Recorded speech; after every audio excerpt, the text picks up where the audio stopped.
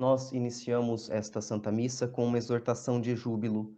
Alegra-te, Jerusalém. Nós abrandamos os rigores do tempo penitencial da Quaresma, inclusive na cor litúrgica que a Igreja prescreve para esta celebração, o róseo ao invés do roxo, por causa da feliz esperança de que a festa da nossa salvação se aproxima. A cada passo que damos na Quaresma, nos aproximamos da Páscoa, nos aproximamos da festa da salvação, da festa da ressurreição.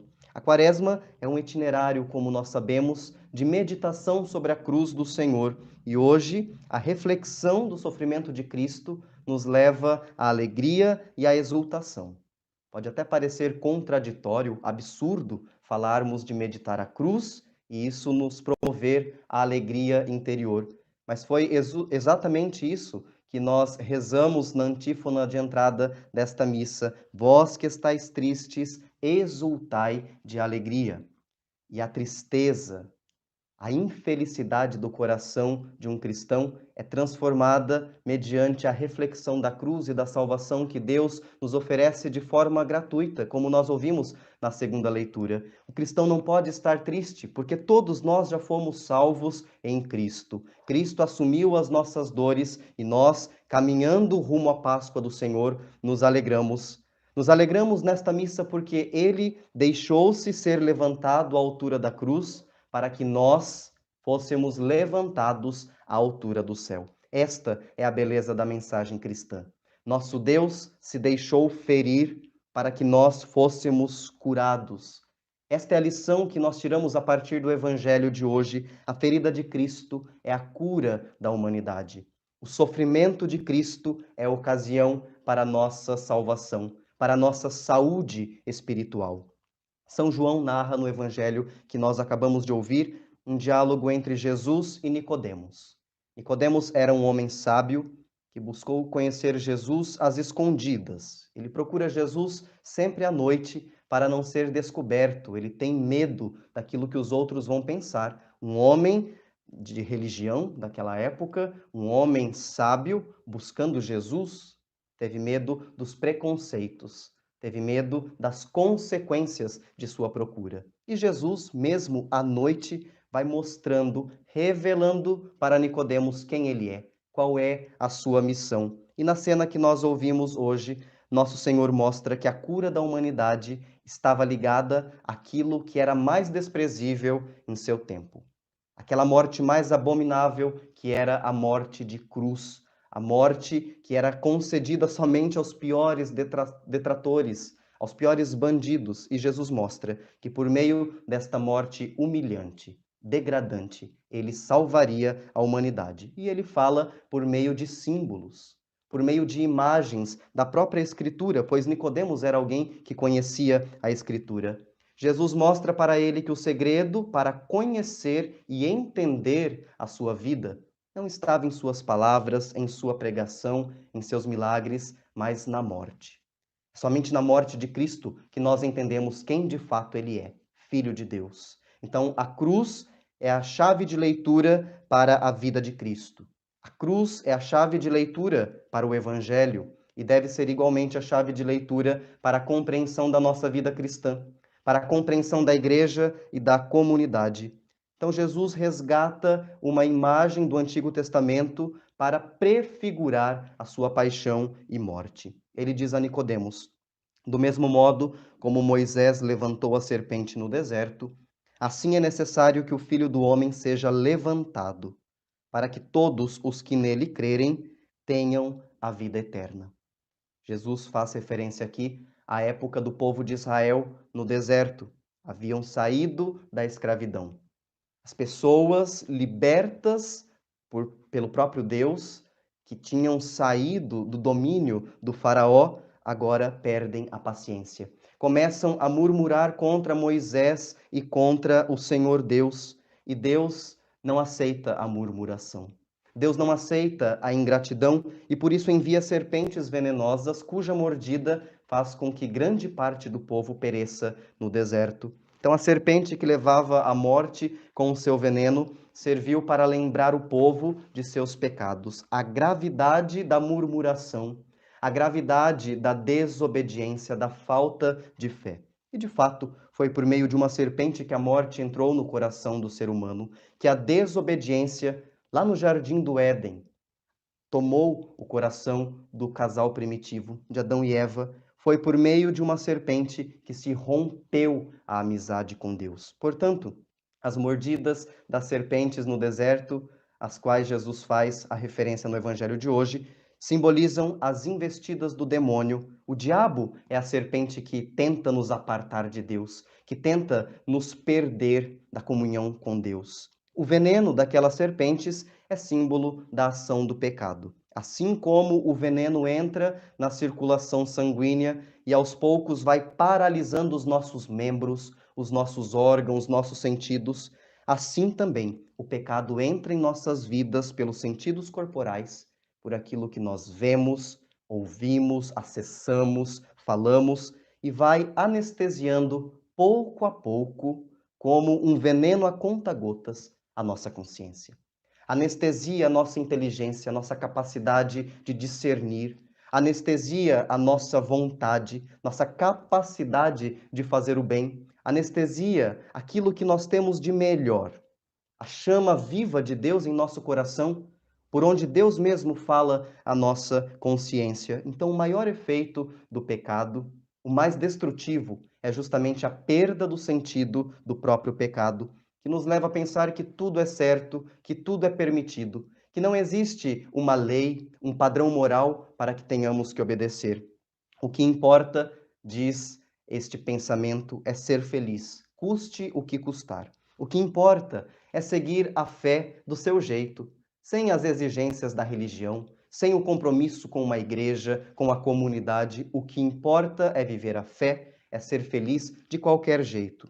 É isso que nos faz o pecado. Vai aos poucos deturpando a nossa consciência, a nossa capacidade de enxergar a realidade. Trata-se de uma vida imediatista e hedonista, ou seja, que busca o prazer imediato nas coisas, nas pessoas e nas situações. Vamos comer e beber, porque amanhã morreremos. É isso que nos diz uma consciência deturpada. O pecado a conta-gotas, como um veneno que se espalha lentamente pelo corpo, vai tirando Deus do nosso horizonte para que nós possamos viver sem proibições, como se isso fosse o segredo da felicidade, como se isso nos desse a verdadeira liberdade. E vai se cumprindo aquilo que um dos personagens de Dostoiévski diz no romance Os Irmãos Karamazov: se Deus não existe, tudo é permitido. Se Deus não existe, tudo é permitido. Ou seja, se Deus é tirado do nosso horizonte, nós caímos na permissividade. Achamos que podemos fazer tudo, que o bem e o mal podem ser decididos a partir de razões subjetivas, que nós decidimos aquilo que é bom para nós, aquilo que é mal para nós. Não precisamos de Deus para discernir o bem e o mal. Este foi o pecado dos nossos primeiros pais. Este é o pecado também da nossa sociedade. Cada um hoje escolhe o que é bom ou o que é mal para si. E vamos aos poucos nos matando por dentro. Vamos envenenando as nossas relações, o nosso coração, vamos destruindo os valores sobre os quais a nossa sociedade se constitui. E foi para destruir este pecado, esta soberba, que Cristo veio ao mundo. Foi para desenvenenar o nosso coração que Cristo padeceu na cruz. Lá no Antigo Testamento, Deus ordena a Moisés que faça uma serpente de bronze, eleve numa haste, para que todos aqueles que haviam sido picados pelas serpentes olhassem para a serpente de bronze e ficassem curados. No Novo Testamento, no evangelho que nós ouvimos, então Jesus retoma esta imagem como anúncio, prefiguração da sua paixão. Vejamos a comparação que Jesus está fazendo entre imagem e realidade. A serpente de bronze levantada na estaca por Moisés tinha aparência de serpente, tinha as qualidades de um animal, porém, ela era privada do veneno. Por isso que todos aqueles que olhavam para a serpente de bronze ficavam curados no corpo. Da mesma forma, Cristo levantado na cruz tinha a aparência de pecador, a fisionomia de malfeitor. Apareceu na cruz todo chagado, ferido, maltratado, porém ele era privado de pecados. E por isso, todos aqueles que olham com confiança para o Cristo são salvos, são curados, não no corpo, mas na alma. Da mesma forma como a serpente de bronze não tinha o veneno, Cristo não foi atingido pelo veneno do pecado. Ele, que era imaculado, pôde nos resgatar, pôde destruir o pecado a partir de dentro, porque ele era o próprio Deus que assumiu as nossas culpas. Vejamos a sabedoria de Deus, assim como o antídoto contra o veneno é tirado do próprio veneno, o antídoto contra a morte também é tirado da própria morte. O Filho de Deus, que não tinha pecado, assumiu para si as consequências do nosso pecado para que nós pudéssemos viver. Do veneno vem o antídoto, da ferida vem a cura, da morte vem a vida. Existe maior gesto de amor e misericórdia do que este? Existe maior prova de amor do que esta que Deus nos deu? O Pai entrega o seu Filho único, que não tinha pecados, que era Deus como ele, para morrer em nosso lugar, a fim de que nós voltássemos à vida, que nós fôssemos resgatados. Então Jesus aceita a maior, a mais espantosa destruição para nos oferecer a possibilidade do renascimento. E desde então, depois da cruz, nós podemos renascer neste mundo por meio do sacramento da penitência. Cada vez que confessamos os nossos pecados, podemos renascer para o mundo futuro, na vida eterna, por meio da ressurreição em Cristo. A possibilidade de vida nos é oferecida, o remédio nos é dado, mas cabe a cada um de nós aceitar o remédio. Cabe a cada um de nós, em nossa liberdade, dizer sim ou não para Deus. Muito mais profunda do que as feridas causadas pelo prego, pela lança em nosso Senhor, foi a ferida do abandono. Esta sim doeu verdadeiramente ao coração de Cristo. Jesus assumiu a maior consequência do pecado, que era a separação de Deus. Quando nós pecamos, nós nos separamos de Deus, dizemos não à amizade com Deus. Então ele sentiu em sua cruz aquilo que nós sentimos em nossa alma, a distância do nosso Criador. Se o pecado nos abriu um precipício que nós já não poderíamos transpor sozinhos, Cristo, agora, assumindo as nossas dores, ao ser levantado na cruz, vai até o fundo do abismo para nos dar as mãos e resgatar a sua criatura. Cristo desce até o fim do precipício para nos tirar da lama do pecado, do veneno que nos mata por dentro. Fez a experiência da humanidade de não mais encontrar a Deus.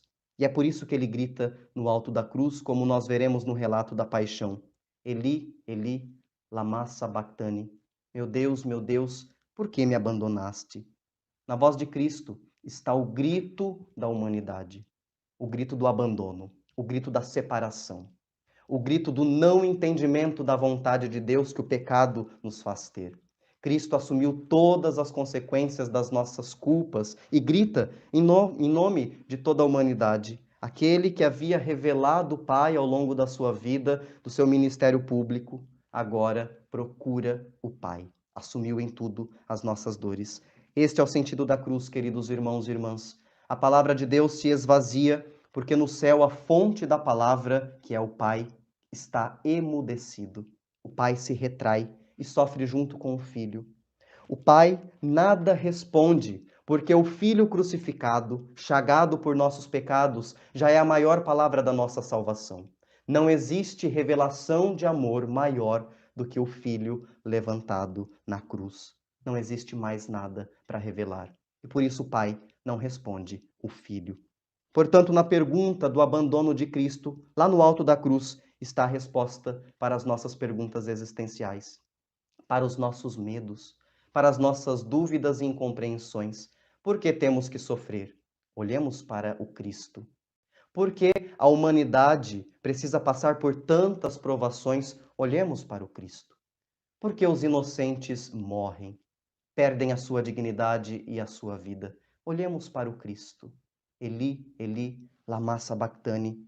Em todo crucifixo, queridos irmãos, existe uma prova de que a cruz é o nosso lugar. Porque, de um lado, está pregado sempre o Cristo, o Filho de Deus. Mas no reverso de todo crucifixo existe um lado vazio. E quem deve ocupar este lado somos eu e você.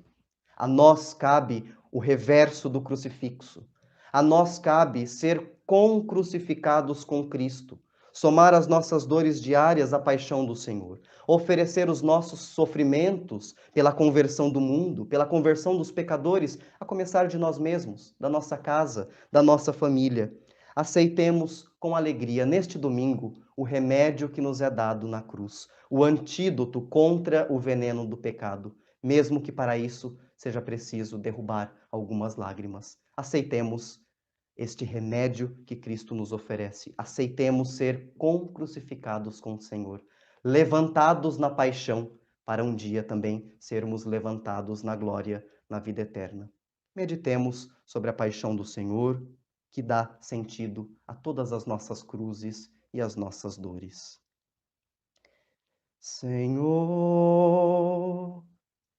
pela tua paixão, no abandono da cruz, tem piedade de nós.